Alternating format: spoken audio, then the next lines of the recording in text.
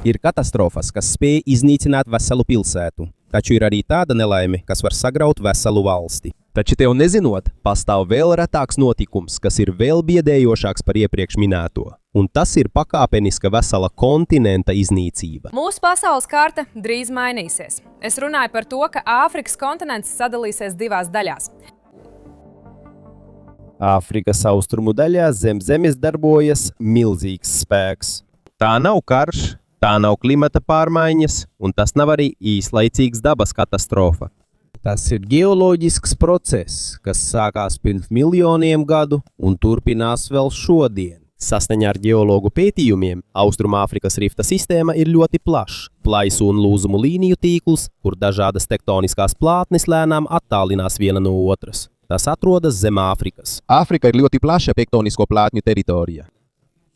Šis process var novest pie jaunas okeāna izveidošanās, taču kamēr tas vēl nav noticis, tas vispirms izraisa spēcīgas zemestrīces Āfrikā, un šeit atrodas arī daži no pasaulē aktīvākajiem vulkāniem. Viens no skaidrākajiem piemēriem tam ir atrodams Kongo Demokrātiskajā republikā. Šeit atrodas Niragongo vulkāns. Isang bulkan na matagal nang kinatatak. Tā saka eksperti. Ne tikai tāpēc, ka tas ir aktīvs, bet arī tāpēc, ka tajā ir unikāls lavas veids. Lielākā daļa lavas plūsmu pasaulē pārvietojas lēni.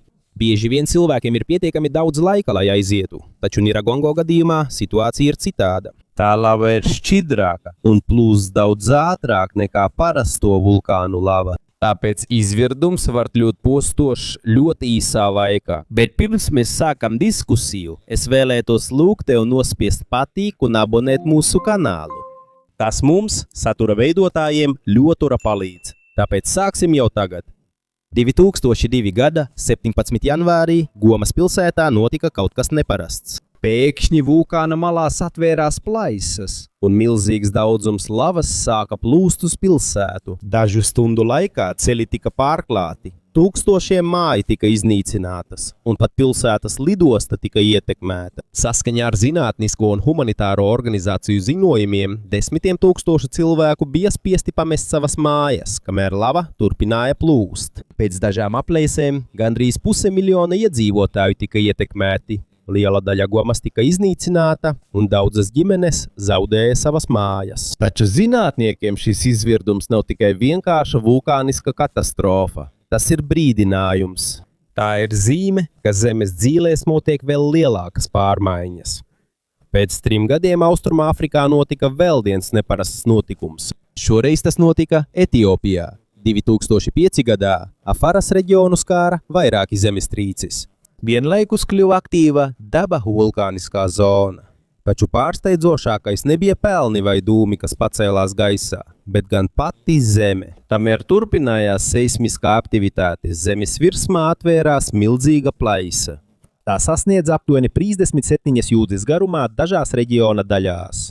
Vietējiem iedzīvotājiem tas izskatījās kā aina no katastrofu filmas. Taču ģeologiem tā bija unikāla iespēja vērot, kā kontinents sadalās tieši viņu acu priekšā. Kamēr eksperti pētīja notikumus Kongo un Etiopijā, parādījās svarīga saikne. Lai gan vietas un katastrofas ir atšķirīgas, abām ir viens un tas pats izcelsmes avots. Plašā rifta sistēma, kas pamazām vēl pretējās Austrumāfrikas puses viena no otras. Zem šī reģiona karstā magma nepārtraukti ceļas augšup no planētas dzīlēm.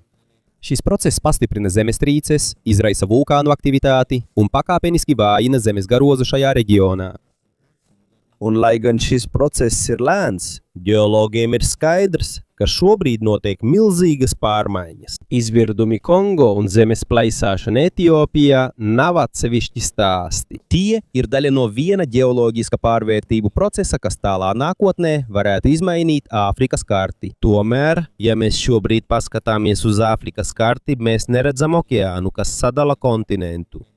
Taču pēc ģeologu domām tas varētu nepalikt tāds uz visiem laikiem. Zem Āfrikas austrumu daļas atrodas ļoti plaša ģeoloģiskā robeža, kas šķērso vairākas valstis, tostarp Etiopiju, Keniju, Tanzāniju, Ugandu, Ruandu un citus tuvākos reģionus. Šī ir vieta, kur dažādas tektoniskās plātnes pamazām velk viena otru prom.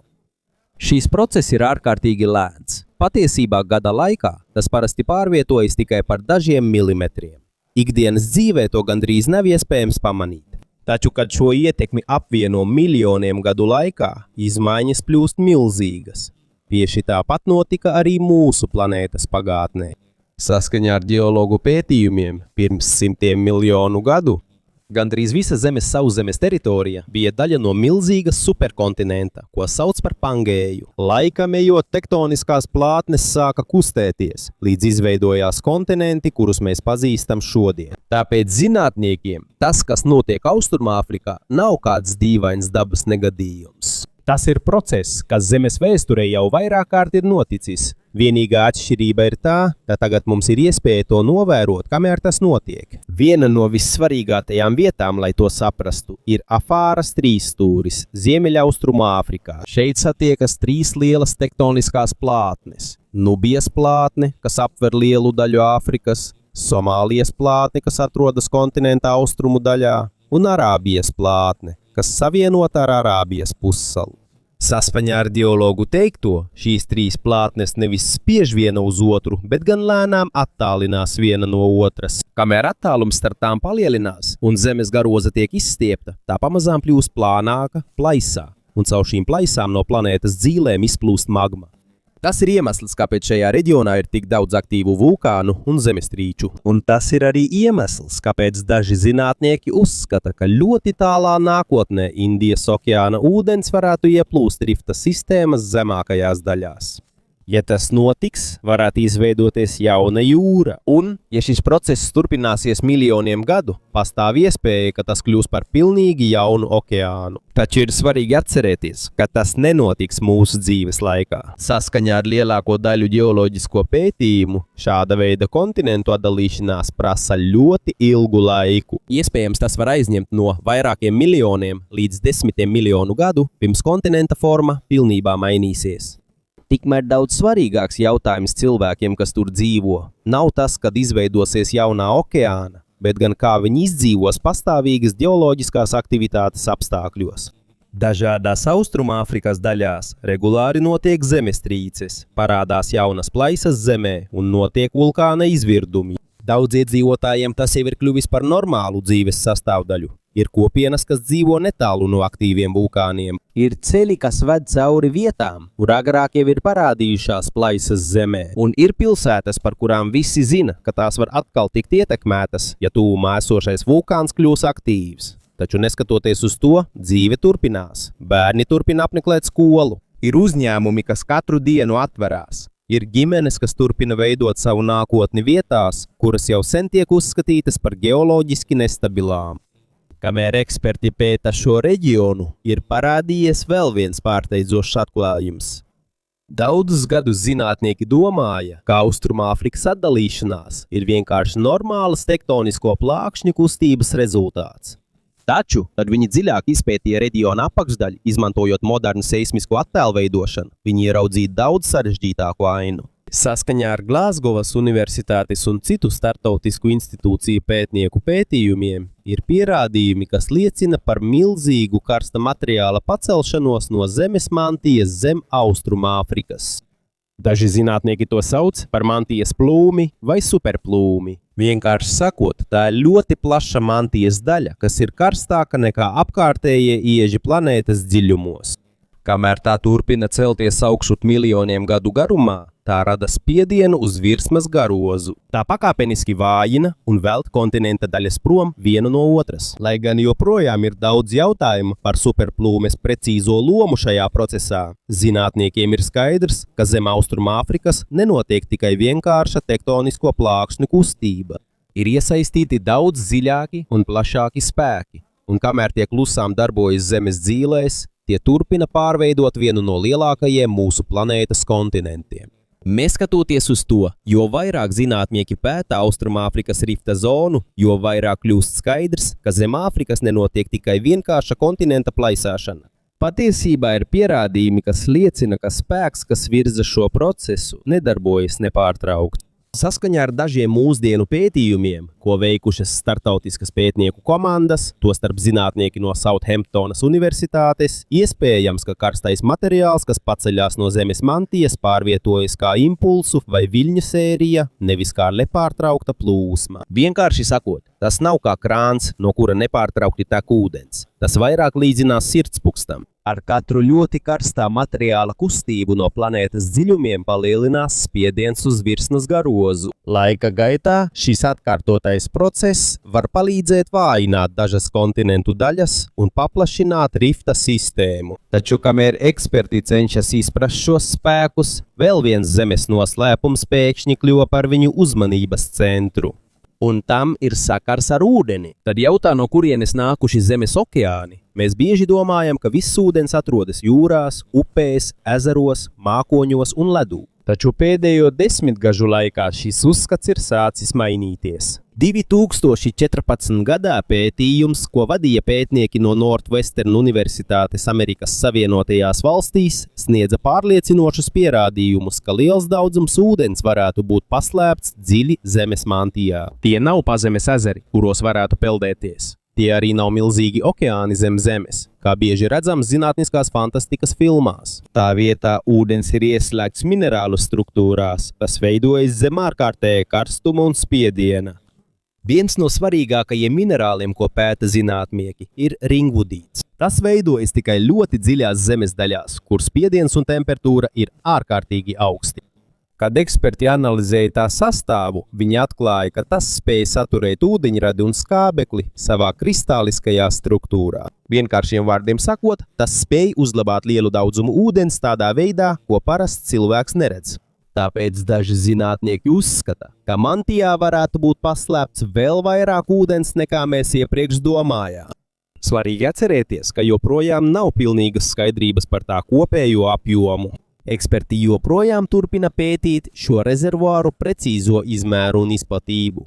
Taču viena lieta ir skaidra. Zemes ūdens cikls ir sarežģītāks nekā agrāk mācīts daudzās grāmatās. Ūdens ne tikai cirkulē starp okeāniem, mākoņiem, lietu un upēm. Šajā ciklā ir arī daļa, kas var sasniegt pat 100 kilometru zem mūsu kājām. Pēc ģeologu domām ir iespējams, ka ūdenim, kas šobrīd atrodas uz Zemes virsmas, ir saistība ar procesiem, kas notika, kad planēta tikai veidojās pirms miljardiem gadu. Daļa no šī ūdens var nonākt mantijā caur subdukcijas zonām. Citi var atgriezties virspusē caur vulkānisko aktivitāti.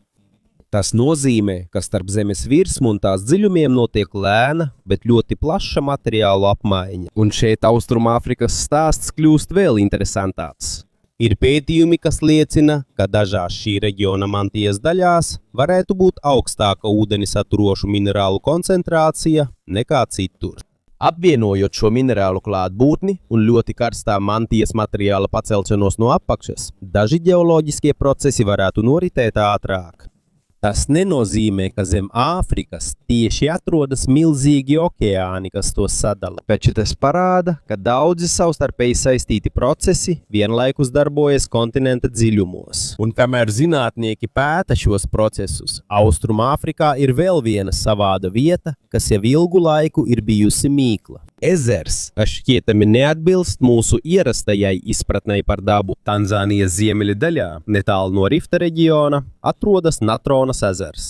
No pirmā acu uzmetiena tas izskatās kā parasts ezers sausā vidē, taču tā ūdens ir neparasts. Augstā nātrija karbonāta un citu izšķīdušo minerālu vielu koncentrācija dēļ ezera sārmainība sasniedz līmeni, ko lielākā daļa dzīvnieku nespēja izturēt. Tas arī ir iemesls, kāpēc dažas fotogrāfijas ar ap ezeru atrastajiem saglabātajiem putniem un dzīvniekiem kļuva slavenas. Internetā to bieži raksturo kā ezeru, kas pārvērš dzīvniekus akmeņos. Taču pēc zinātnieku domām pareizāk būtu teikt, ka augstais ūdens sārmainības līmenis un minerālu vielu saturs palīdz saglabāt dažus dzīvnieku paliekas pēc to nāves. Tie burtiski nekļūst par akmeņiem, Tomēr šī ietekme ir pietiekama, lai dažas ap ezeru atrastās paliekas izskatītos kā statujas. Un tāpat kā daudzām citām dīvainām vietām Austrumāfrikā, arī Natronas ezers ir saistīts ar reģiona aktīvo ģeoloģiju. Minerāli, kas piešķir šai vietai unikālo ķīmisko sastāvu, ir saistīti ar vulkāniskajiem un tektoniskajiem procesiem, kas jau ilgu laiku veido šo Āfrikas daļu. Vienkāršiem vārdiem sakot, no vulkāniem, kontinentālajām plaisām līdz dīvainajiem ezeriem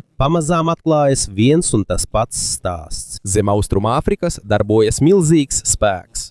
Un jo vairāk mēs par to uzzinām, jo plašāka kļūst mūsu izpratne par to, kā Zeme nepārtraukti maina savu izskatu. Tāpēc, lai gan to bieži dēvē par ezeru, kas pārvērš dzīvniekus akmenī, patiesībā zinātne, kas slēpjas aiz tā, ir daudz sarežģītāka. Un te arī parādās visneparastākā Natronas ezera daļa. Ezers, kas ir bīstams daudziem dzīvniekiem, citiem tomēr ir dzīvības avots. Saskaņā ar National Geographic, Natrona ezers ir svarīga vairošanās vieta mazajiem flamingo. Vietā, kur plēsēji gandrīz nemaz neuzdrošinās tuvoties, flamingo ir atraduši dabisku cietoksni. Ūdens, no kura baidās citi dzīvnieki, kļūst par viņu ligzdu aizsardzību.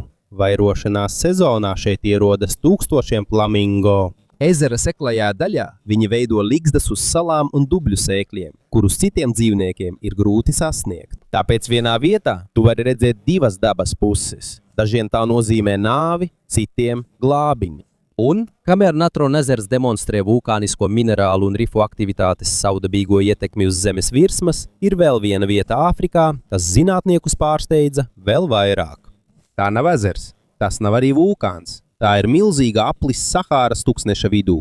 Mauritānijā no kosmosa var redzēt milzīgu veidojumu, kas izskatās kā acs. Daudzi to sauc par Sahāras aci. Zinātnē tas ir pazīstams kā rišata struktūra. No augšas tas izskatās kā virkne lielu gradzenu tuksneša vidū. Tā gandrīz apaļās formas dēļ daudzi cilvēki agrāk domāja, ka tas varētu būt bijis meteorīta trieciena krāteris. Taču saskaņā ar NASA Zemes observatoriju tas nav vienkārši krāteris Sahāras tuksnesī, kas radies no kosmosa trieciena. Mūsdienās ģeologi vairāk pieņem, ka rišāra struktūra ir erodēts ģeoloģisks kupols. Tas nozīmē, ka tas kādreiz bija pacelts akmens veidojums, kuru ļoti ilgā laika posmā pakāpeniski noārdīja erozija. Kamēr mīkstākie ieži tika noārdīti, palika cietākie slāņi, tāpēc izveidojās šis izskats, kas atgādina milzīgu mērķi tuksneša vidū. Savas neparastās formas dēļ par to ir radušās daudzas teorijas. Daži saka, ka tas varētu būt saistīts ar pazudušo Atlantīdu. Daži cilvēki salīdzina tā formu ar seno Platona aprakstu. Bet līdz šim nav neviena pārliecinoša zinātniska pierādījuma, kas apliecinātu, ka rišata struktūra ir sena pilsēta vai Atlantīdas paliekas. Tāpēc, ja runājam par dokumentālo skatījumu, šāds skaidrojums ir drošāks un patiesāks. Sahāras acī nav jābūt mītiskai pilsētai, lai tā būtu apbrīnojama, jo tās patiesais stāsts ir daudz dziļāks. Tā ir dabiska liecība par zemes kustību, iežu pacelšanos, eroziju un garu zemes vēsturi, kas iegravēta tuksneša vidū. Pie Natronas ezera mēs redzam, kā ģeoloģija var padarīt ezeru ārkārtīgi bīstamu. Pie Ričarda struktūras mēs redzam, kā lēna laika un zemes kustība var izveidot gandrīz perfektu formu. Tām ir atšķirīgs izskats, taču abas tās ir atgādinājums, ka Āfrika nav tikai tuksnešu kontinents. Savanna un kalni – tā ir dzīva zemes laboratorija, vieta, kur var redzēt planētas spēku, reizēm ugunī, reizēm ūdenī un reizēm akmens dzīslojuma veidā, ko var saskatīt pat no kosmosa. Patiesībā īstais iemesls, kāpēc tas izveidojās, ir vēl aizraujošāks nekā daudzas sazvērestības teorijas.